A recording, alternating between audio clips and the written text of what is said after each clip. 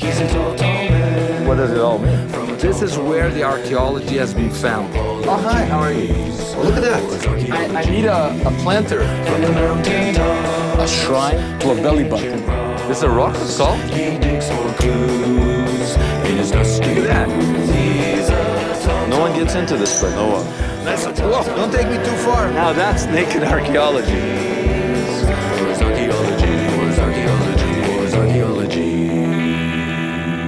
Please, sir. Pepe Le Pew, Yes, 1995. You know, I'd like some of the fish and the loaves, and Yes. please don't forget to multiply them. Of course. Thank you.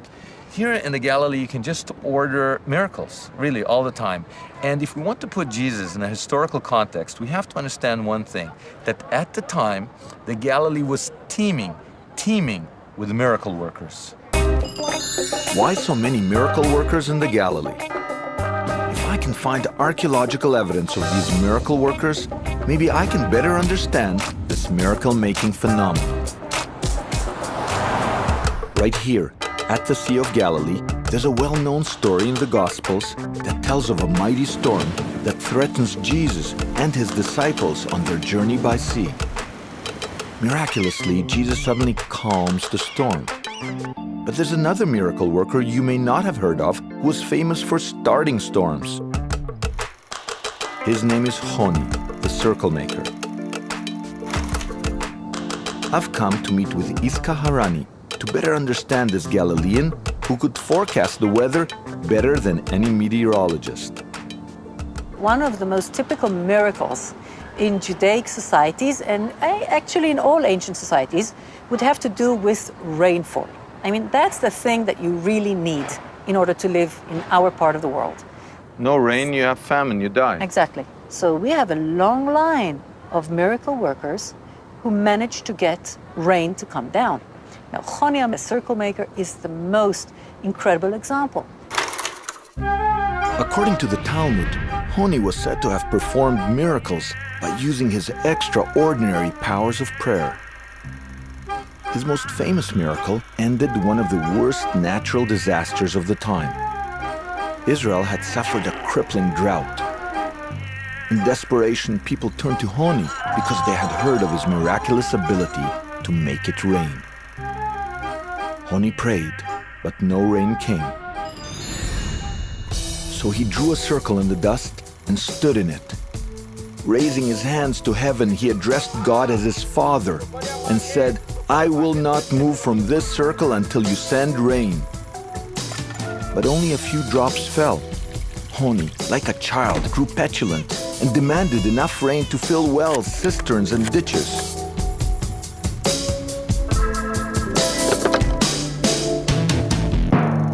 His father obliged. The heavens opened up and a deluge flooded the wells and the cisterns. So Honi humbly prayed for a slow, steady rain instead. One moment, please. And once again, God answered his request, as a father would a son. Honi calls God Father. Yeah, Shimon ben Shattach says to Honi, The Jewish leader at the time. Yeah, he says, you are like a son who's playing in front of his father. And so he describes the relationship between Honi, the circle maker, and God as a father-son relationship, which was obviously the term used for Jesus, because Jesus was a son to God, pretty much as Honi HaMe'agel. Honi sounds like an interesting rival to Jesus. Not only that, Honi lived in the Galilee around the same time.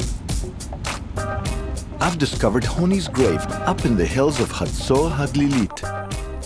We're fortunate to have one of his followers, Shlomo Shushan, help us better understand the man behind the miracle. Why is this place important? It's important because it's here buried Honi, the circle maker. But how do you know this is really his grave? Tradition. That's it, this place. That's He'll take us to his grave, yes? Yes.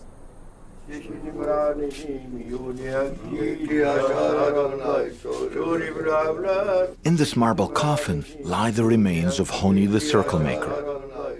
But I have to wait for his followers to finish their prayers because Shlomo has something more to show me. Here, let's go. We go where no one goes. Shlomo's given me access to an ancient tomb that's not open to the public.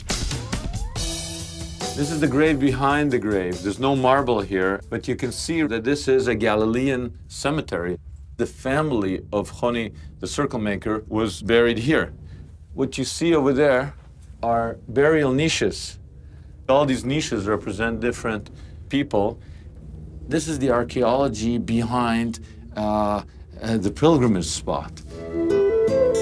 Is it just a coincidence that miracle workers like Jesus and Honi the circle maker both lived in the Galilee around the same time?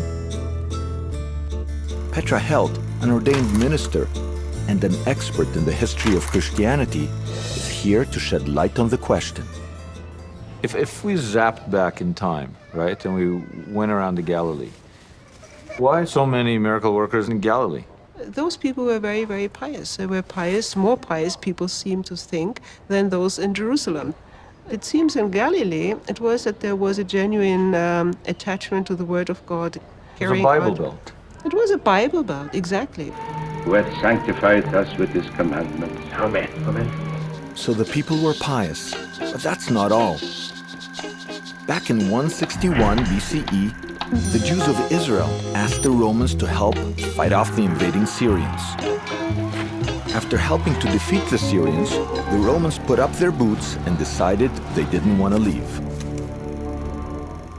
They started taxing Israelites, and none more so than the Galileans.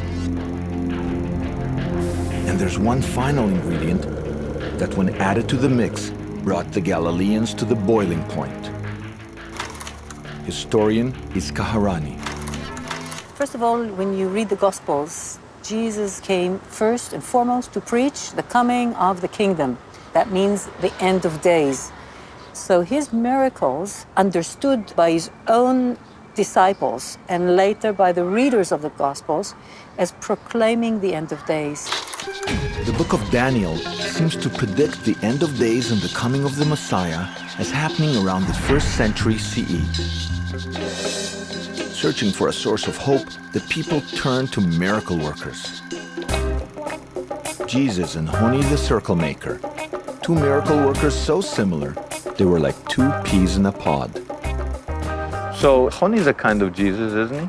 He's the favorite son of God. He calls God Father. He's a Galilean. He seems to have power over nature. But he's not the only one. You see, when we read from the rabbinical sources, you come up with a group of people that would be called the pious men of old. Righteous, charismatic people. Righteous, charismatic. And if you want to take someone who parallels Jesus even more, then it would be Rabbi Hanina ben Dosa. If I would add a little bit of a nativity story and maybe something about his end, then I would get the whole biography of a replicated Jesus. Who was this Hanina ben Dosa? And was he really a spitting image of Jesus? He's a tall, tall man. He's a tall, tall man. I've been searching for archaeological evidence of miracle workers all over the Galilee. I've been to the tomb of Honi the circle maker. Like Jesus, he lived in the Galilee and was considered a son of God. But in the Talmud, we discover another miracle worker, Hanina ben Dosa, whose miracles were supposedly so similar to those of Jesus, one could have claimed plagiarism. One of Hanina's most famous miracles involved an ill child of a prominent Jewish leader. So a messenger was sent to ask Hanina to heal the boy.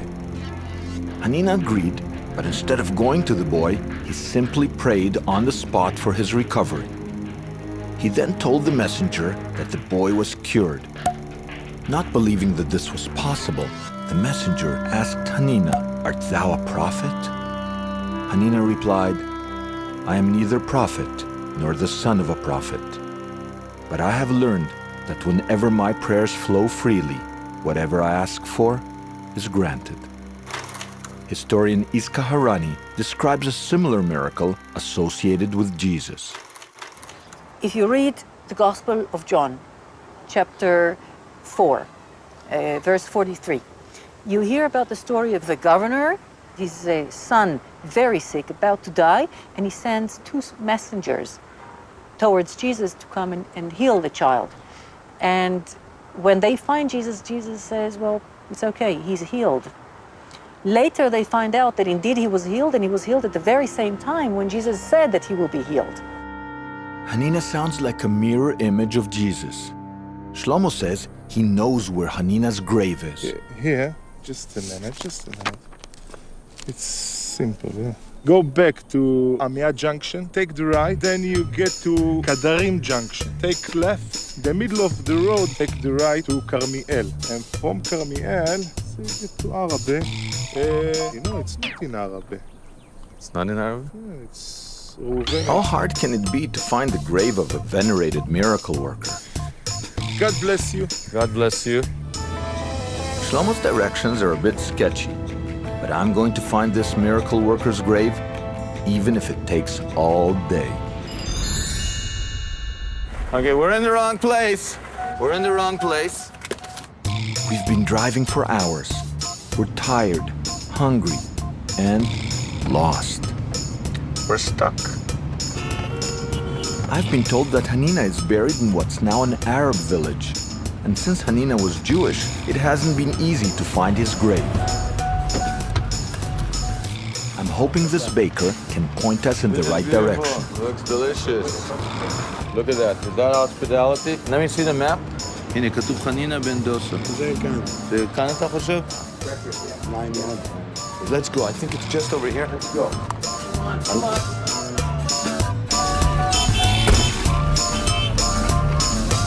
Where are we going here? I'm going to talk to the municipality about widening the streets here. Okay, guys, we made it. Simcha, this is a street. That was a street. Now it's a driveway.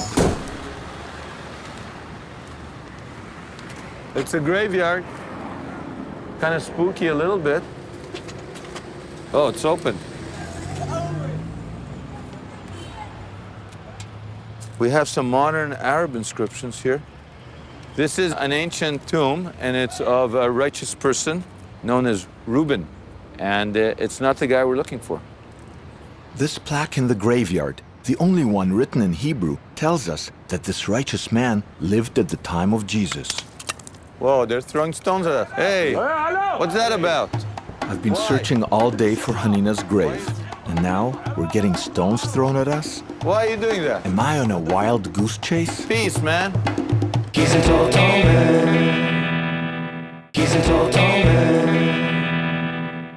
I've been hunting for the grave of a Galilean miracle worker, Hanina ben Dosa, who's said to have rivaled Jesus in the kinds of miracles he performed. Hey, what's that about? We're Why are you lost. doing that? We've had stones thrown at us. Peace, man. But luckily, a guy with a big rock has come to our aid. We now know where we're going. There's another righteous man buried a little bit further. It's an adventure, eh?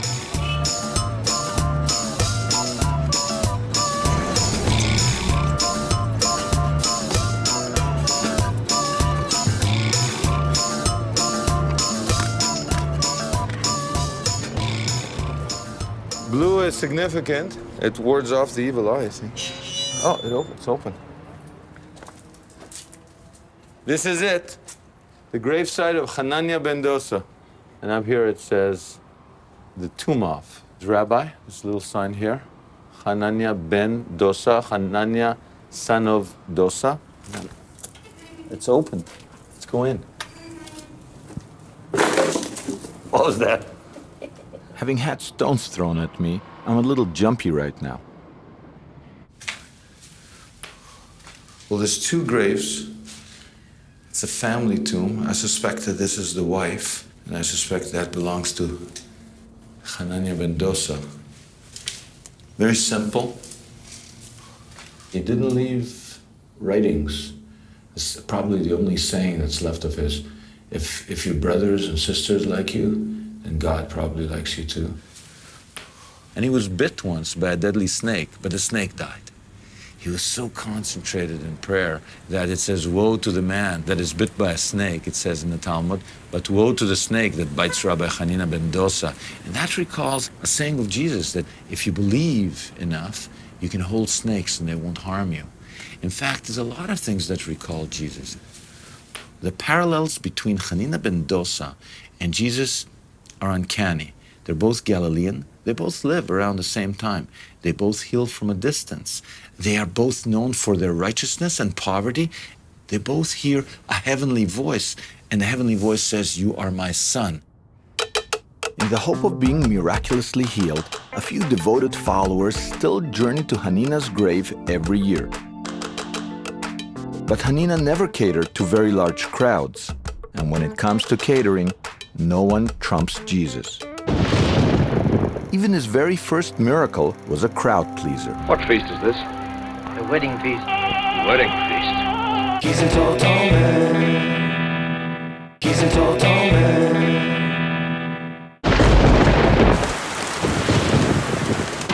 I've discovered miracle workers all over the Galilee who matched Jesus in the kinds of miracles they performed. But now, I want to get to know the superstar himself to see what made his miracles so darn special. I'm hoping these fine people can help me in my search.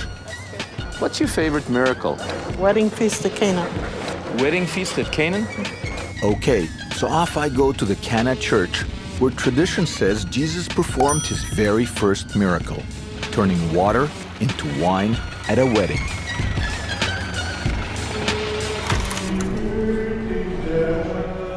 This modern church is just over 100 years old, so we want to see if there's any older archaeological evidence supporting the tradition that this is where the wedding took place. Guide Jacob Fursell has taken me to a side building which holds remains of a Christian church built by Crusaders 1,000 years ago to commemorate this site. So the Crusaders were here. Meaning the tradition is still alive, that this is Cana, this is where the wedding took place. This is what it tells me. Is there any more archaeological evidence that supports the Crusaders' claims? What do we got here? What we have here is a stone jar. Now, there were 6 of them. The Gospel of John tells us that the wedding was about to grind to a halt because the wine had run out. So Mary, Jesus' mother, turned to Jesus and said, "Do something." And he turned 6 stone jars full of water into wine. Here you have a story at Cana that talks about stone vessels. And the amazing thing is they find stone vessels at this spot. There's a tremendous synchronicity here between the archaeology, the tradition, and the story in the Gospel of John. We need one more piece of evidence to clinch the idea that this is where the wedding took place. We're in a Christian church, but at the time, the wedding would have taken place in a synagogue. Okay, what have we got here archaeologically that may corroborate that? Right here on the floor. On the floor? Actually, under the floor. We have an Aramaic inscription. Oh, look at this. Can one get in there? One can't get in there, unfortunately. Can we lift it? Try. The Gentiles in this area would have spoken Greek, but this inscription is written in Aramaic, the language of the Jews. We're gonna go in and see if the sound of the wedding, you can still hear it. This is exciting. We're underneath the church at Cana. It's a miracle, actually, that the inscription was preserved. What it says is, honored be the memory of Yosef, who made this mosaic, and may it be a blessing for them. Amen. So right under our noses, this Aramaic inscription is proof positive that this was originally a synagogue. Not only that, but this is one of the very few mosaics to include the nickname Yosef, an extremely rare variation of Joseph in ancient times. It was also coincidentally the name used in the Gospel of Mark when speaking of one of the 4 brothers of Jesus. This inscription may be the decisive evidence that connects this church to the family of Jesus.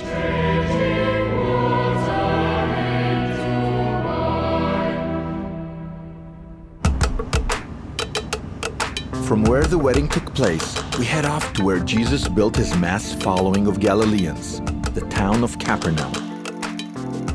According to the Gospels, Jesus performed more miracles at Capernaum than anywhere else. One of the most significant archaeological finds here is the remains of a house belonging to Simon Peter, one of the disciples of Jesus.